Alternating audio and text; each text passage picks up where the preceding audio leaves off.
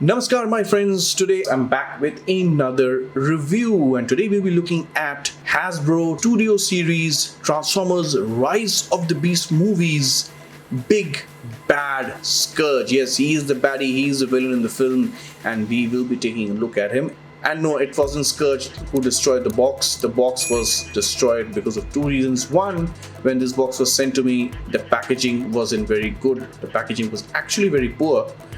And secondly, the logistics partners or the shipping companies or shipping partners, whatever you call them, they decided to play soccer with it. And this is what I got. Yeah, that's what happens when you do not pack things properly, when you know that sometimes shipping partners want to play soccer with it, right? They have completely bamboozled this box and here it is. So this is the front of the box. It still does have a very nice artwork, but yeah, we don't see it in its entire glory because of what has happened to the box. This is the side of the box. It has got a very nice image of Scourge here, and this is Studio Series 101. This is a leader class figure, and of course we do get another render image here. Again, very nice. We also get some product shots here. It takes 31 steps to, transform Scourge to his vehicle mode and then vehicle mode to robot mode. And yeah, this is the top of the box. So yeah, that's the box. Now let us get to the figure. And we do get this typical Studio Series backdrop, which actually is now in a bit of a mess. And yeah. Man, this is really terrible. Yeah, we do get this, and if you want to, I can still use it. All I got to do is just put Scourge on here, and I think that kind of does the job. But yeah, box and this backdrop actually has been ruined. So he does come with just one accessory, and that is the cannon, and that's his arm cannon, and that's right there. So my friends, that is weapon storage for you. Yep, the cannon peg actually goes into his butt crack. Yeah, if you don't believe me, I can show you. So yeah, there we go. That's his butt crack right there. See that? That's his butt crack. And this is the peg. That's the peg hole. There's the butt crack, and you can just attach it like that. That's storage right there. Or if you want, something that I figured out is that you can actually use this tab right here, and you can actually use this tab, and we actually have a slot here as well, so you can actually use that tab and just make sure that just line them up, and yeah, there we go. That's storage. That's a much more cleaner look, right?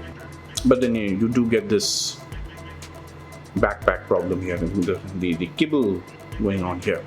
And in case you want to actually switch the arm cannon for the tentacly hand, so all you got to do is you're going to come here, you're going to open this up. Yeah, there we go. And how do we open it up? Well, there's a little gap here, right? There's a little gap. It is the circle, and then there is this thing that goes up straight, right? There's this gap, and that kind of lines up with this extruded part here, right? So you got to line it up and then make sure that he actually can use the tentacly arm. And then if you want to use the cannon, the same thing. There's a gap here as well, right? There we go. And then there is the extruded part here, so you just got to line it up, and there we go. That's what it looks like. And in case you want to store this, yeah, this doesn't go into the butt crack.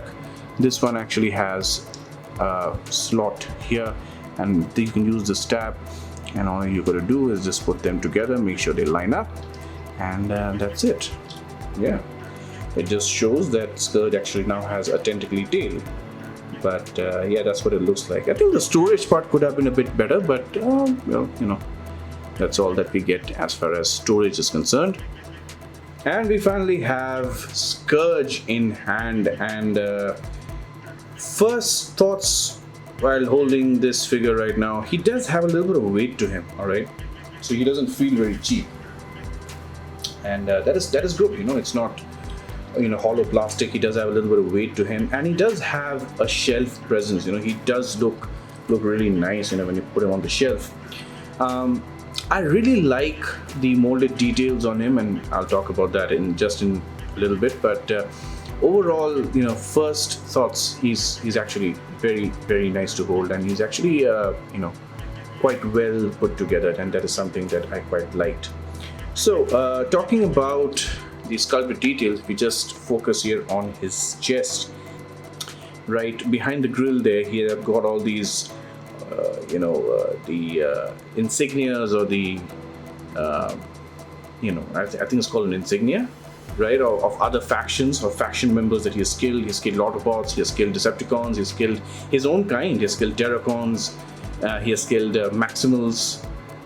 So that is something which actually speaks a lot about the character, and I quite like the fact that they have added these details to him. Just says so much about the character and what he actually is, and the fact that he's cold-blooded, he doesn't have any remorse, and he's basically Unicron's right-hand man. So yeah, that just goes to show a lot of it just highlights so much details about the character.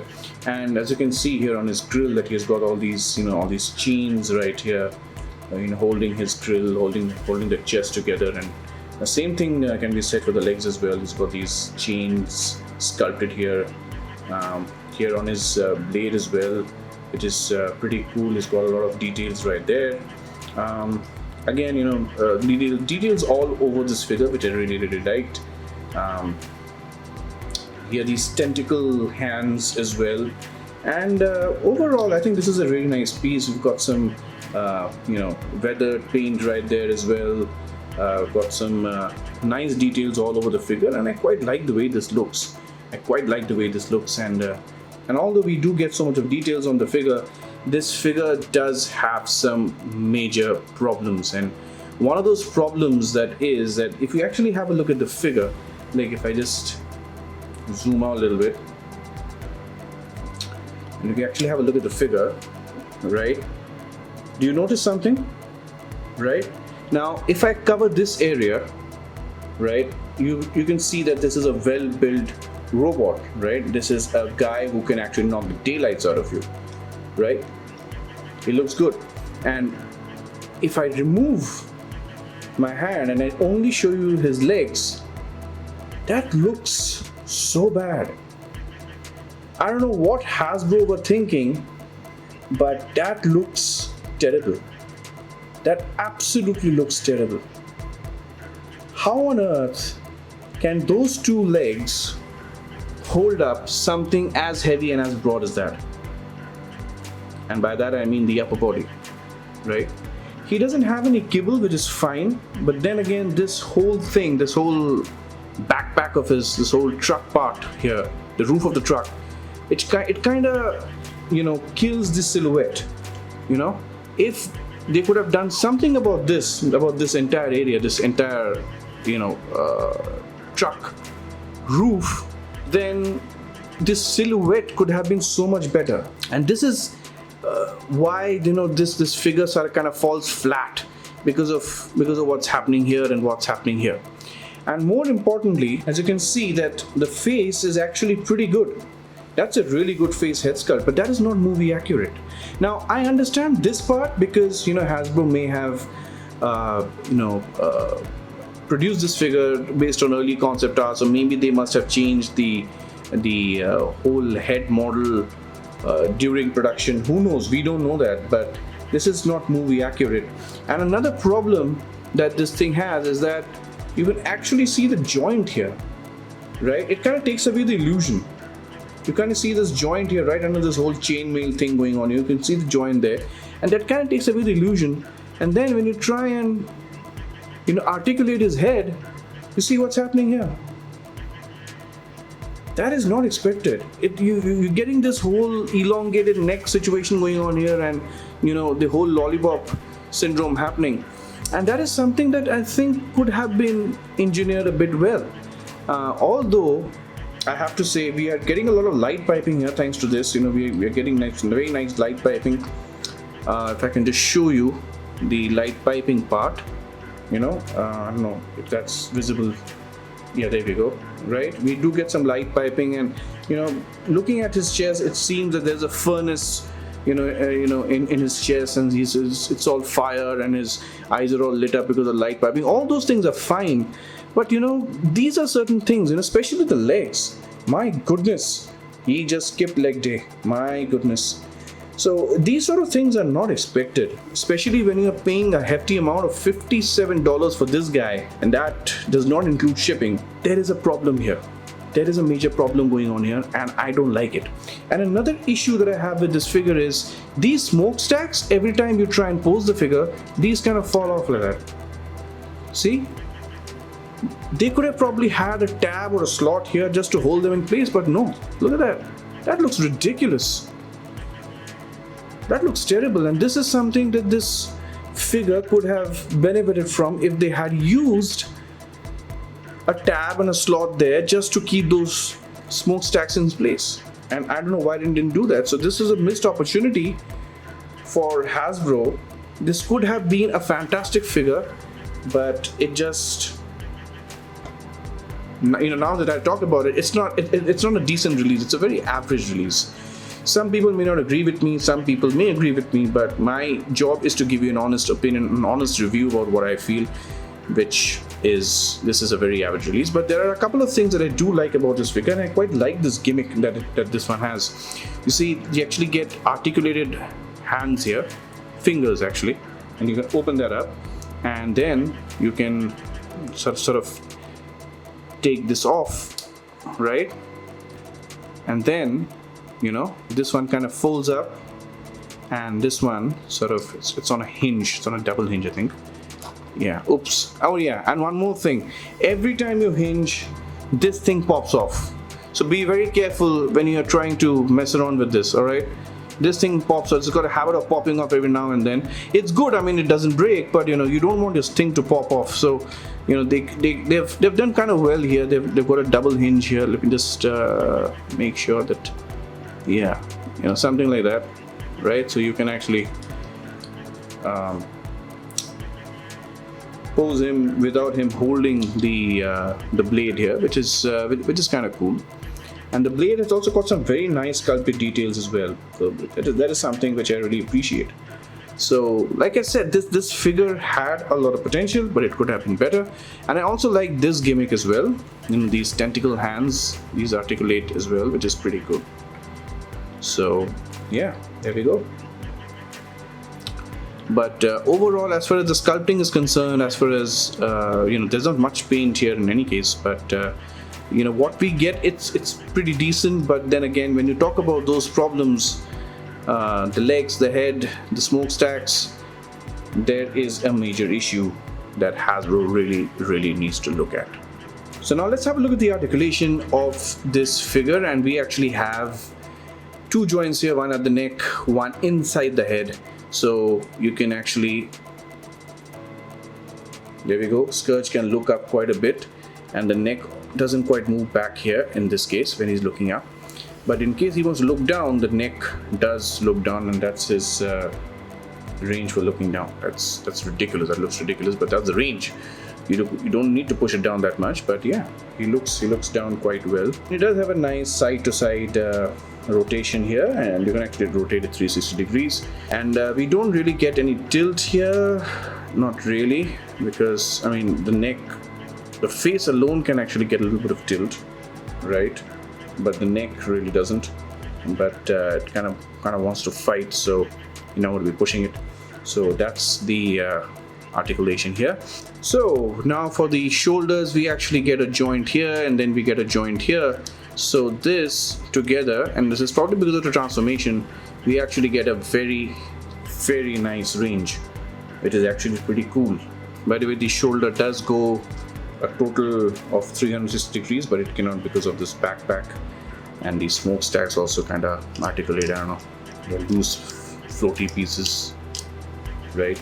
And if you want to count that as articulation, we get a nice bicep swivel going on here. We also get an elbow bend, which is about slightly less than 90 degrees when you have the Canon on, and in case you want to have a look at that with the Canon off, so we can actually have a look at that. You can actually get a lot more.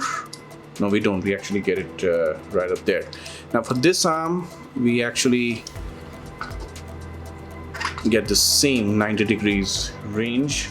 So the elbow articulation isn't too good, actually, just about 90 degrees.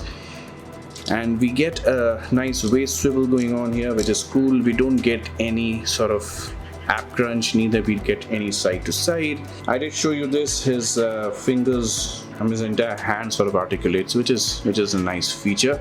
And of course, these tentacles can also articulate as well. So if you want, you can kind of,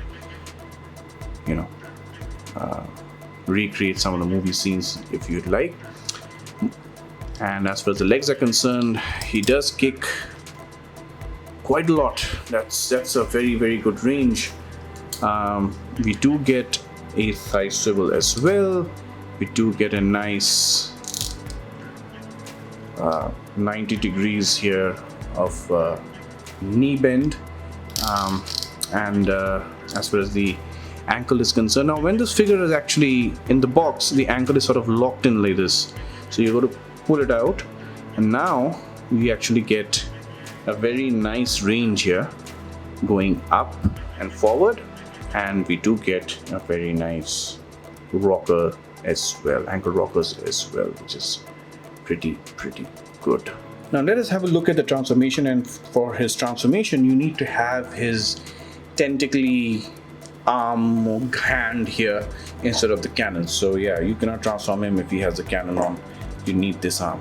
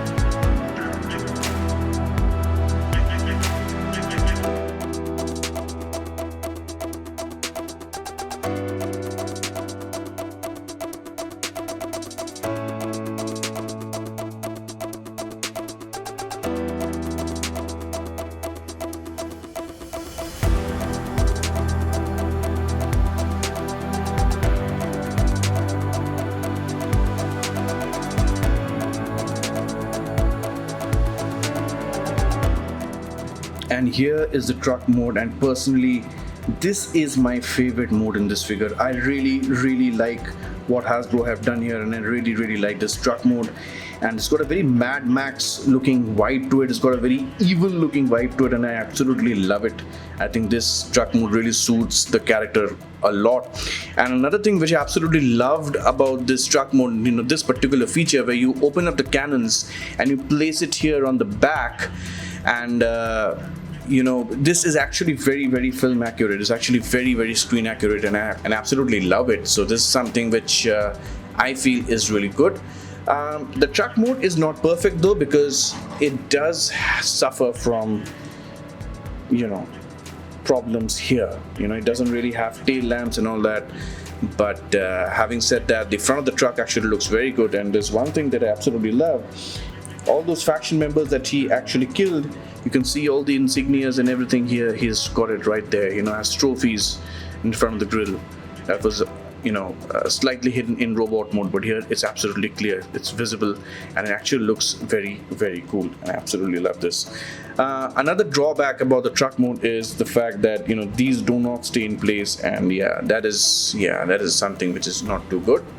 And he does roll with no problem at all, no friction, no problems, no parts sticking out underneath. It just looks very good. He does roll really well, and I think this is one of the best things about this figure is the truck mode, and this is something that I really enjoyed. And now it is time for us to get him back into his robot mode.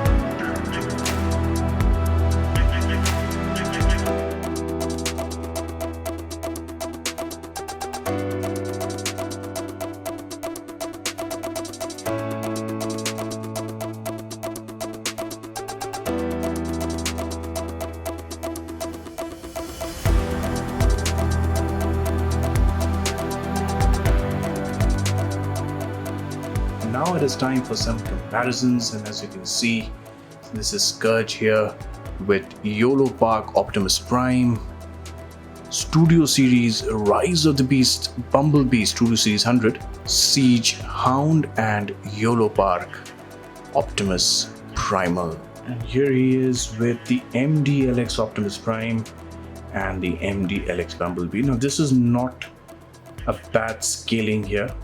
If you want your Optimus to be a little shorter than Scourge, then this is not a very bad scaling, and I'm sure once you get into a decent pose, it won't look that bad. So that looks pretty good. And here's Scourge with the Marvel Legends Scarlet Spider-Man, and of course the Black Series Storm Trooper. So my final thoughts for this figure: is this figure worth $57? Is it worth the money?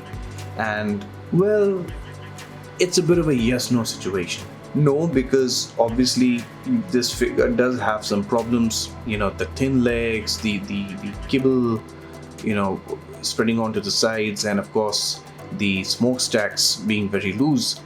But having said that, the truck mode really does redeem this figure, and I think one of the reasons why fans would like to get this figure is because of the truck mode. He poses quite well. The accessories that come with him are, well, according to the movie, they're absolutely fine. But $57 in today's day and age, and I know the cost of plastic, the cost of production is getting high every day. $57 is not really worth spending on this figure. Although there are people who may not agree with me, and that's completely fine. I'm here to give my opinion. $57 for the leader class figure where not everything works perfectly is a bit much as far as I'm concerned. But this was completely my opinion, and my job is to give you honest reviews, is to tell you about how I feel about all these collectibles that I review. But if you feel differently about this figure, then do let me know in the comments. And if you like this video, do give us a like, share and subscribe. You were watching Plates and Plastic. My name is Shushman Biswas. We will be back again very soon with another review. Till then, take care of yourself, enjoy your families, enjoy your figures, enjoy collecting, enjoy good food, and always remember, till all are one. Thank you so much for joining us today.